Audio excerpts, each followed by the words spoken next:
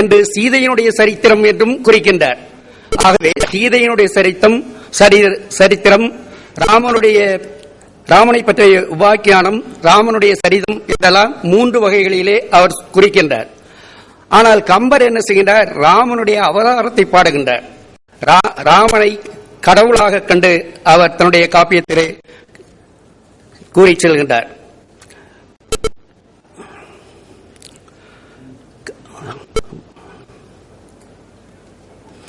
காளிதாஸ் என்றால் முதலாக ராமனை அவதாரம் என்று குறிப்பிடுகின்றார். தமிழ் இலக்கியங்களில் முதலாக திருக்குறளிலே முறை செய்து காப்பாற்றும் மன்னவன் மக்களுக்கு இறை என்று வைக்கப்படும் என்று குறிக்கப்படுகின்றது. திருவுடை மன்னரை காணின் திருமாலை கண்டேனே என்று ஆழ்வார்கள் பாடுகின்றார்கள். ஆகவே இந்த அவதாரமாக காணுகின்ற போக்குக்கு இந்த அடிப்படைகள் காரணமாக அமைகின்றன. யதார்த்தத்திற்கும் லட்சியத்திற்கும் சில முரண்பாடுகள் இருக்கின்றன. உலகியல் வழக்கு, நாடக வழக்கு என தொல்காப்பிய 2 வகை வழக்குகளை குறைக்கின்றார். சங்க இலக்கிய செய்யுட்கள் பெரும்பான்மையும் நாடக வழக்கு சேர்ந்தனவாக இருக்கின்றன. உழைப்பவர்கள் பாணர்கள் எளிமையும் பேச்சு வழக்கும் மீண்டும் மீண்டும் வரும் தொடர்களையும் உடையனவாக அமையும். புலவர்களின் பாடல்கள் முழுமையும் சுருக்கமும் செறிவும் கொண்ட செழுமைப்படுத்தப்பட்ட நிலையில் அமைகின்றன. இந்த இருவகை போக்குகளில் சமூக மேம்பாட்டை கருதுகின்ற கவிஞர்கள் லட்சியவாதத்தை அடிப்படையாக கொண்டு தம் படைப்புகளை உருவாக்குகின்றனர். கம்பர் ஓர் லட்சியவாதி, ஓர் அழகியல் நோக்கம் கண்ட கற்பனாவாதி. ஆகவேதான் வன்மை இல்லை ஓர் வறுமையின்மையால் என்று சொல்கின்றார். அப்படி ஒரு நாட்டை அவர் கற்பனையாக சித்தரிக்கின்றார். அறநூல்களுக்கு அடுத்த காலகட்டத்தில் தமிழ் பக்தி இலக்கியம் தோன்றுகின்றன.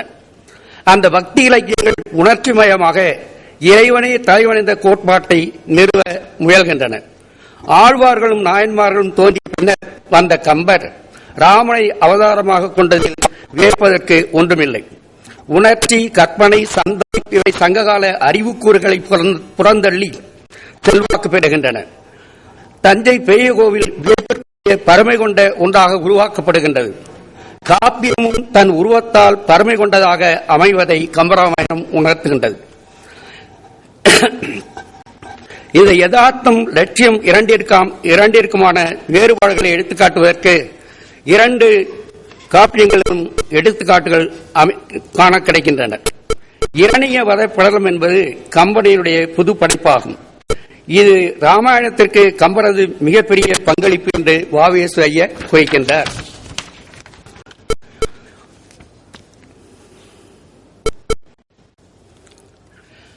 அகலிகை கதை கம்பனுக்கும் வால்மீகிக்கும் அகலிகை கதையை சொல்வதிலே வேறுபாடுகளை நாம் காணுகின்றோம்.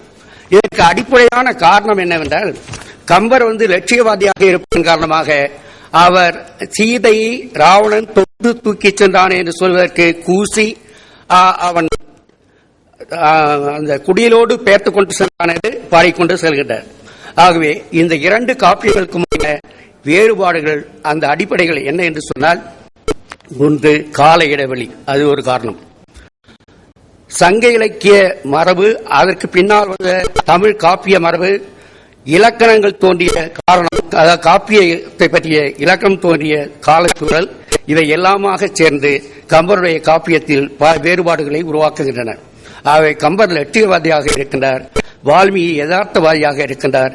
இந்த 2ம் அவருடைய பாத்திர படைப்புகளிலே வேறுபாட்டை உண்டாக்குகின்றன. அந்த கைகூறும் போக்கிலே வேறுபாட்டை உருவாக்குகின்றது என்று சொல்லி என்னுடைய கட்டுரை முடிகின்றேன். நன்றி, வணக்கம். இவ்வளவு சுருக்கமாக ஒரு கட்டுரை வாசிக்க முடியும் என்று இதுவரைக்கும் நான் பார்த்ததே இல்லை.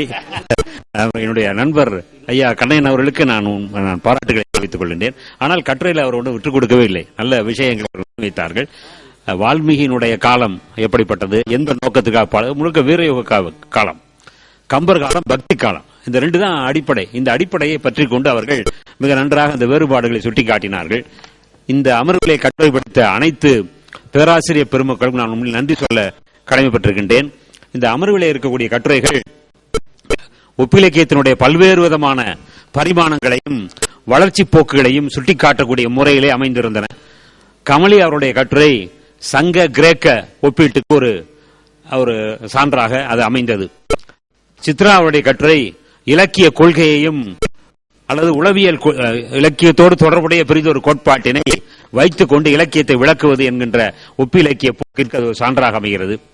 ராஜகோபாலன் அவருடைய கட்டுரை இந்திய மொழிகளுக்குள்ளே காணப்படுகிற, மிக முக்கியமாக திராவிட மொழிகளுக்குள்ளே காணப்படுகிற இரு கவிஞர்களினுடைய படைப்புகளிலே காணப்படுகின்ற இணையான கூறுகளை ஒப்பிடுகின்ற முறையில் அமைந்தது. ரொம்ப அவருடைய கட்டுரை ரொம்ப நான் பாராட்டினேன். அதாவது எல்லா மொழிகளிலையும் ஒரு போராட்டம் நடந்துகிட்டே இருந்தது. சமஸ்கிருதத்துக்கு நீங்க சமஸ்கிருதமும் இந்திய மொழிகள் என்று பார்க்கிற போது மொழி அடிப்படையிலே அது எல்லா மொழிகளின் மீதும் அது ஒரு தாக்கத்தை ஏற்படுத்தியது. பாஷா சம்ஸ்கிருத யோகே மணிப்பிரவாளாம் என்று லீலாதிலகம் குறிப்பிடுகிறது. பாஷை என்று சொன்னால் தமிழினுடைய வட்டார வழக்கான கிளை மொழி தான் அதுதான் மலையாளம். ஆனா நம்பூதிரி ரொம்ப அருமையா அந்த இடத்தை தொட்டு காட்டினாரு. நேரம் இல்லை, அதனால தாண்டி போயிட்டார், ஸ்கிப் பண்ணிட்டார். அதற்கு பிறகு பாஷா சம்ஸ்கிருத யோகே, சமஸ்கிருதத்தை கொண்டு வந்து யோகை என்று சொன்னால் இணைப்பது. லீலாதிலகத்தினுடைய முதல் நூற்பாவை நான் சொல்கின்றேன்.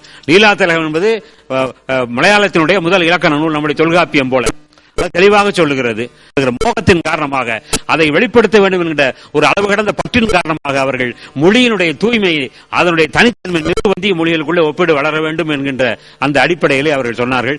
பிரேம்சந்தினுடைய வருகைக்கு பிறகு இந்தி சிறுகதைகள் பெற்ற ஒரு புதிய எழுச்சியினால் அவர்கள் அந்த கட்டுரையில அங்க சொல்லவிட்டால் இங்கே வந்து என்னிடம் சொன்னார்கள், இந்தி சிறுகதைகளில் காணப்படுகிற மார்க்சியம் யதார்த்தமாகவும் தமிழ் சிறுகதையில் காணப்படுகிற மார்க்சியம் ஒரு புனைவாகவும் இருக்கிறது என்று உண்மையிலே நான் ஒத்துக்கொள்ள அந்த கருத்தை. இப்ப மார்க்சிசம் போய் நியோ மார்க்சிசம் வந்த பிறகு எல்லாவற்றையும் பிரதிபலிப்பு கோட்பாட்டிலே வைத்து பார்ப்பது என்பது தவறு என்று மார்க்சியர்கள் சொல்லுகின்ற ஒரு காலம் இது. எல்லா நோய்களுக்கும் மார்க்சியம் மருந்து என்று நம்ம உடனே தீர்மானம் பண்ணிவிட முடியாது.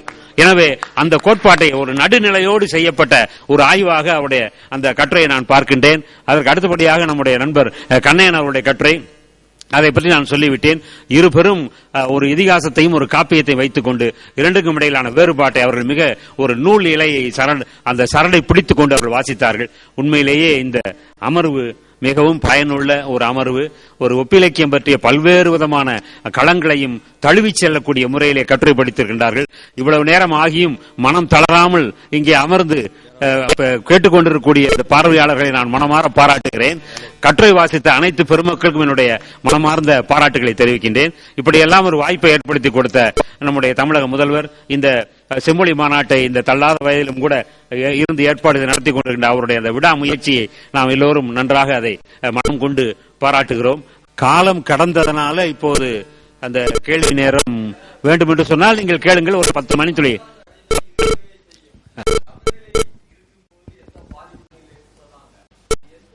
எந்த கட்டுரை? யாருடைய கட்டுரை சொல்லுங்க. அதாவது மனிதன் வந்து இத நீங்க ஒத்துக்கிறீங்களா? கேள்வி திருப்பி கேளுங்க. அவர் கேள்வி எனக்கு புரிஞ்சிருச்சு, நான் உங்களுக்கு விளக்குறேன். அதாவது அவர் சொல்றாரு, நான் வந்து ஒரு பேலன்ஸ் கொண்டு வரணும் அப்படின்ற மாதிரி சொல்லியிருந்தேன் என்னுடைய இதுல. அதான் இல்லைங்களா, ஆண்டான் அடிமைங்கிறது நீங்க நினைச்சாலும் நீங்க என்னதான் இருக்கவே செய்யும் சார். நீங்க ஒத்துக்குங்க. அது என்னன்னா சமநிலைங்கிறது. எந்த சமநிலைனா அந்த சமநிலைக்கு மார்க்சியம் ஒரு வழி சொல்லுது. வேணாம், பொதுவுடைமை தத்துவம் கொண்டு வராங்க. ரஷ்ய வீழ்ச்சி அது வந்து மருந்த அமையல சார் சொன்ன மாதிரி ரஷ்ய. ஆனா அதுல இருந்து என்ன தெரியுது, அதுக்காக மார்க்சியம் விழுந்ததுன்னு நான் ஏத்துக்க மாட்டேன். மார்க்சியம் என்னைக்கும் விடாது. மனிதன் உள்ளவரை